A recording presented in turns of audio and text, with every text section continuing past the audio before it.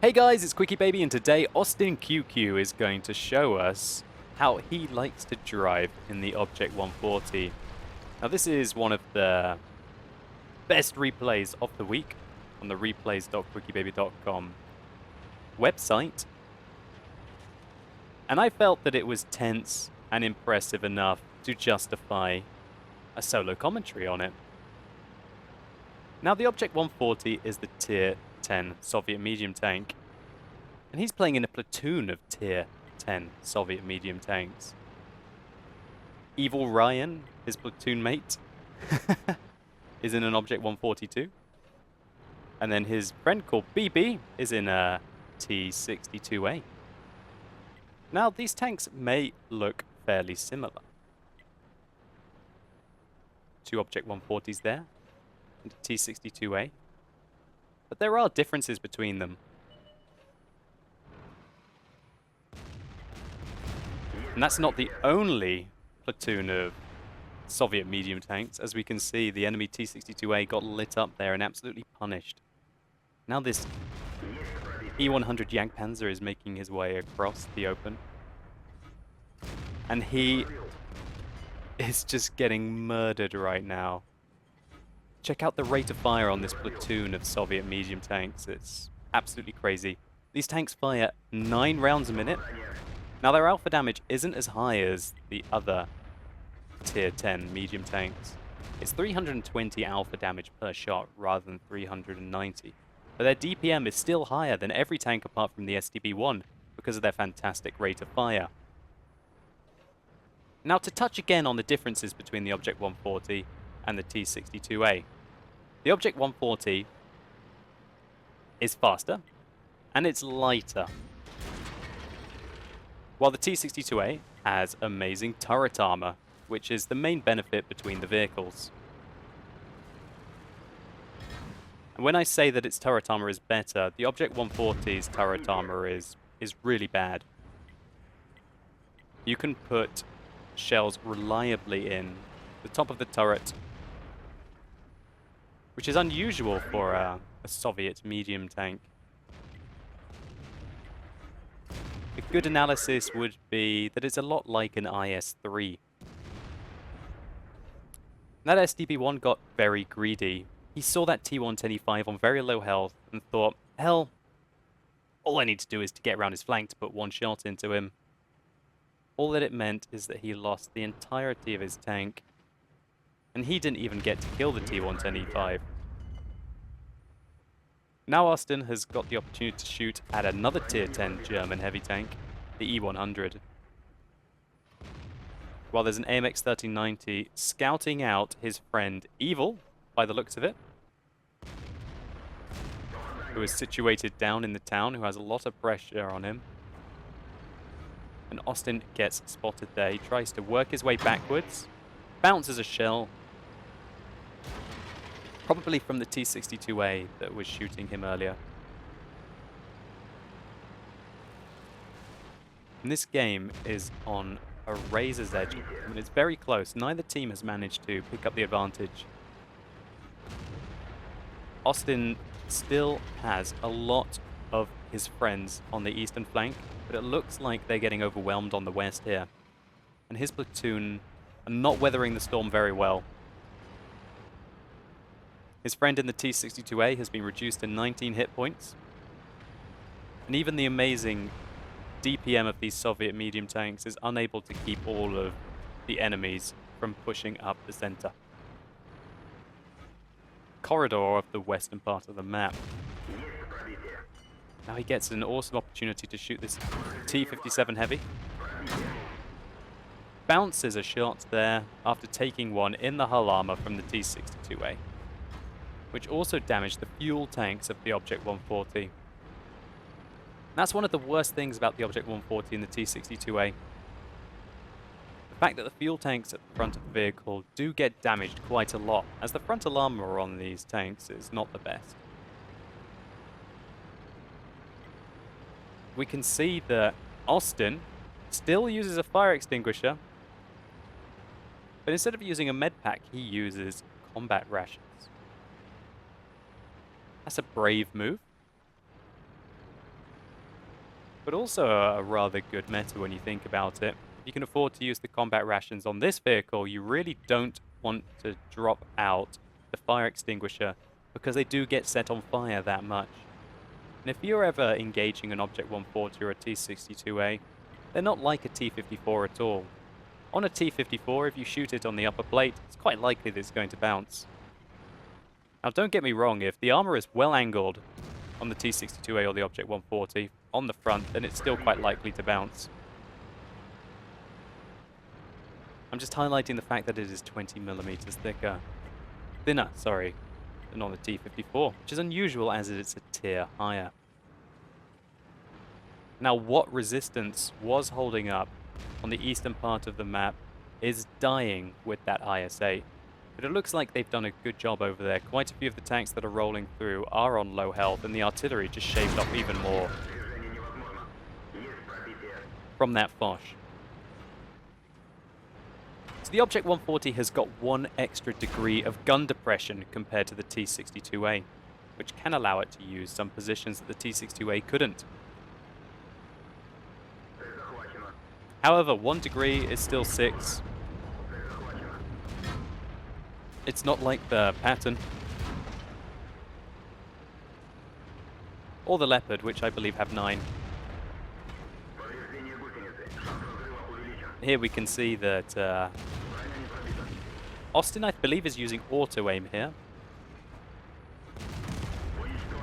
Manages to ram that AMX 1390 to death. I think that AMX 1390 got a little overconfident there. I think he thought that as the eastern flank had been won, that his team would provide fire support from that eastern flank. And really, you don't ever want to mess around with a tier 10 Soviet medium vehicle. Now this is one of the highlights of the game. Austin has flanked around, and he has caught the entire enemy team unaware. As they kill his platoon mate BB and are distracted by that bat chap,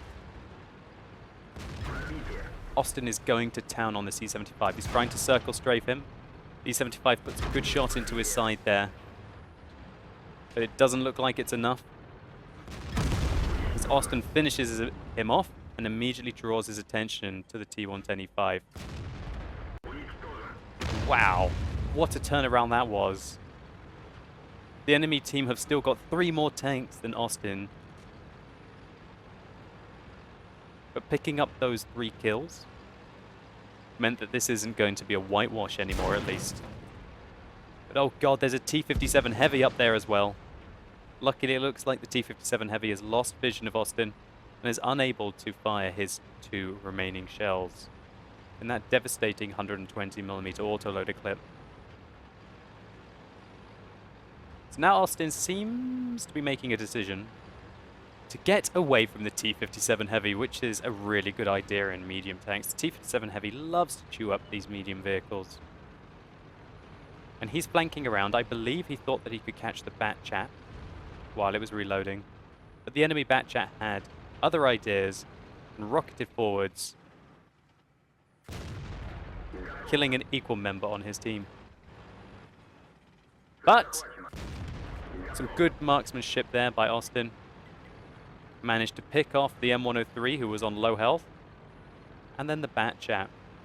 And luckily for him, seems like the Waffenträger auf Panzer IV was more interested in getting into cover and killing the artillery than focusing on Austin. Now, even if Austin was to die here, this has been a fantastic game for him. 7 kills, 5,700 damage. That's a great role to play in an Object 140. Even outnumbered 3-1, including the Waffenträger auf Panzer IV being on full health. Austin's not giving up.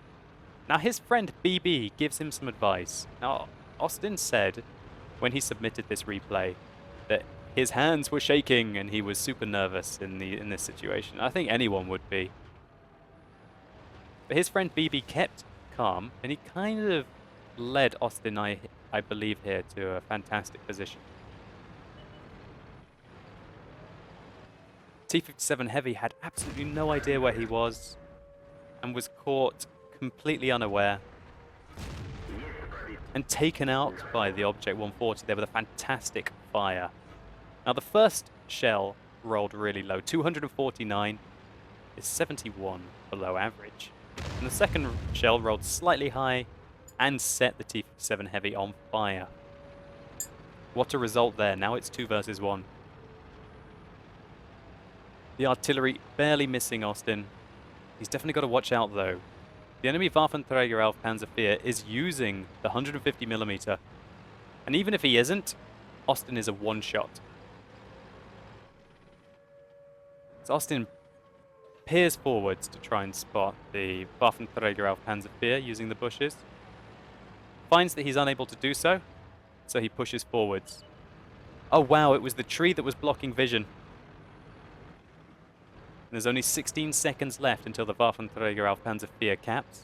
And he's also got to watch out for the fact that there's artillery on the enemy team. 8, 7, 6.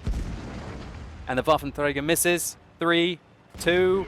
Wow, what a shot on the move. Straight into the Waffenträger auf Panzer IV. And the second shell he hits on the move again, sets him on fire, and the artillery misses. It's really on now. Still, the enemy tank has got 60% of its hit points left. And he misses his shot! Austin seizes his opportunity, knowing that the enemy artillery will be reloading and coming after him. And keeps moving as fast as he can to avoid the artillery fire, while strafing an excellent kill on the enemy Panzer. A nice bit of a turn to the right there. Keeps him in the game again, denying the Object 261 on the enemy team a kill. It's 8,000 damage so far. A 100% kill on that Waffenträger auf Panzer IV as he was capping out in the base. It was a brilliant result for Austin. But he has been reduced to below 300 hit points, which means that even if the Object 261 sneezes on him, that he is going to perish.